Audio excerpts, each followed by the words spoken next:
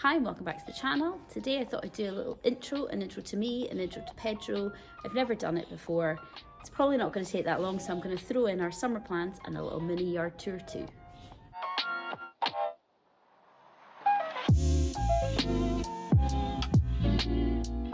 Here is my filthy pony, who has decided, you're going to show your shame, to roll in sheep poop. So I'll chat away while I'm scratching on him.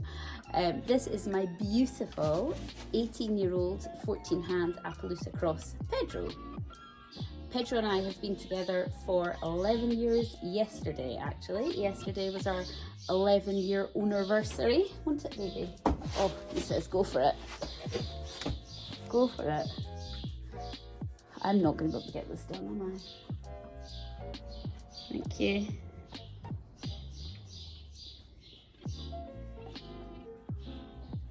So as I said, Pedro and I have been together for 11 years. 11 years yesterday. And in that time we have done a lot together. I'll see if I can find pictures to put in. We have dipped our toes in our hooves.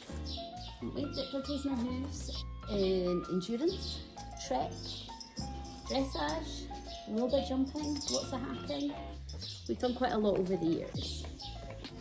But if you follow me on Instagram or saw my last video, or even probably some previous ones as well, you will know that confidence has been something that I have struggled with pretty much the whole time I've had him. So despite all we have done, I still get anxious and nervous about riding and certain aspects of riding. At the moment in particular, it's hacking out and hacking out solo. So the delightful way our brains work, that it doesn't matter how many times you've done something successfully, when you feel anxious about something or nervous about something, that's what your brain focuses on. So my brain focuses on things that could go wrong, rather than the amazing times that we 99.99999% of the time have. I don't know this.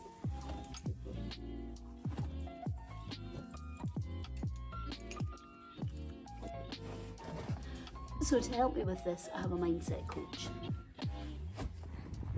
So that kind of brings us on to summer plans, really. Walk on, good boy. Yeah, that brings us on to summer plans with this one. A lot of it is going to be based around confidence, getting my confidence back, doing more with him. I've got some fun stuff planned at the end of July, something that's going to be brand new to us, and I am currently incredibly excited about.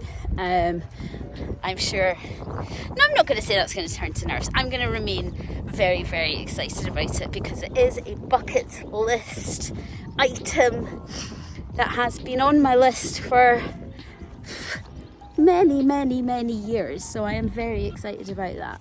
But our main goals are going to be getting the old confidence back, riding him more frequently, and yeah, we're starting out as we need to go on. We've had a nice little sort of 15-minute session, walk on, in the school, been working on some walk poles and a bit of trot, bit of sitting trot, and just working in a square. So summer plans are confidence building, and I'll talk more about that in a bit, I think. Yeah. So I don't think I mentioned, but I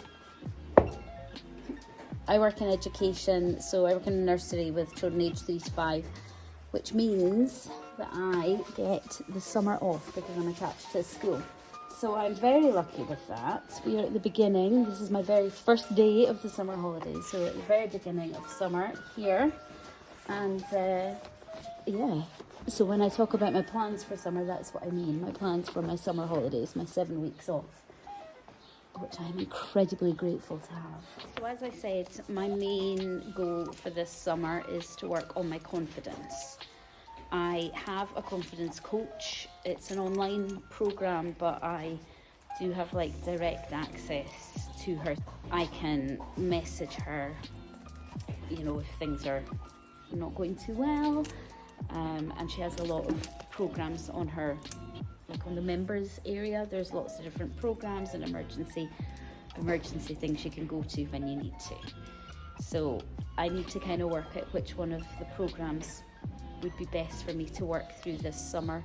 I'll work through that really, which will hopefully help me out. So now on to my little mini yard tour. Now I can't show you everything because this is a livery yard. Other people's things are here. There's obviously security aspects and stuff, but I will show you my areas. So I'll show you my stable, bits and pieces of storage areas that I can show you, and I'll show you the facilities that we have. Also, little disclaimer, I have not tidied anything, so it is as it is. It's reality, it's horsey life. This is what it looks like at the start of the summer when I've had a very busy term. This is my stable. I am in a barn. There are 7 other stables in this barn, but this is my one.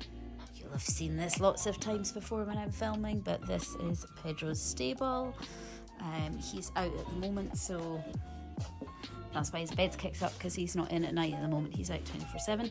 We have this trough along the back because this barn used to be a cattle shed, and that's where all the cattle's feed went, all the cow's feed went in there. I don't put feed in it. I do clean it regularly and disinfect it regularly, because his hay in a net sits in there, but I don't actually put feed in it. That would have been like the hay rack where the hay would have gone up into when the cattle were in here, and I use it as a rug drying and storage area. It's a decent sized stable for Pedro. He's like about 14 hands and he fits in it really well. He can lie down in it. It's perfectly roomy for him. Outside my stable I have some storage, so I've got my very handy Nosebags stable tidy, which is proving to be a bit of a lifesaver with all my regular stuff in. I have got a box, grooming kit, just bits and bobs that I use on the daily, lives outside my stable, and I try to keep it quasi tidy, but it's hard. This is my hay area where my hay goes. Clearly it needs a good tidy.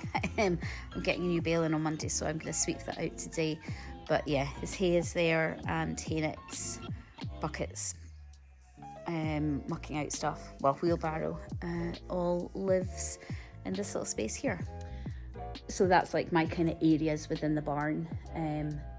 I will take you outside and show you our communals, but I will take you out and show you the school and Pedro's fields.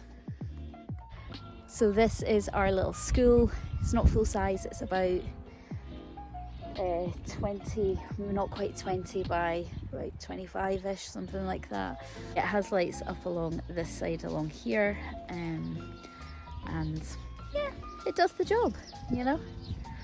This isn't a fancy yard. This is a no frills place. It's DIY, completely DIY. So yeah, we're lucky to have this. This is quite a recent addition to the farm. I've been here for 9 years now, and this has been here for about 3, I think. About 3 years we've had the school.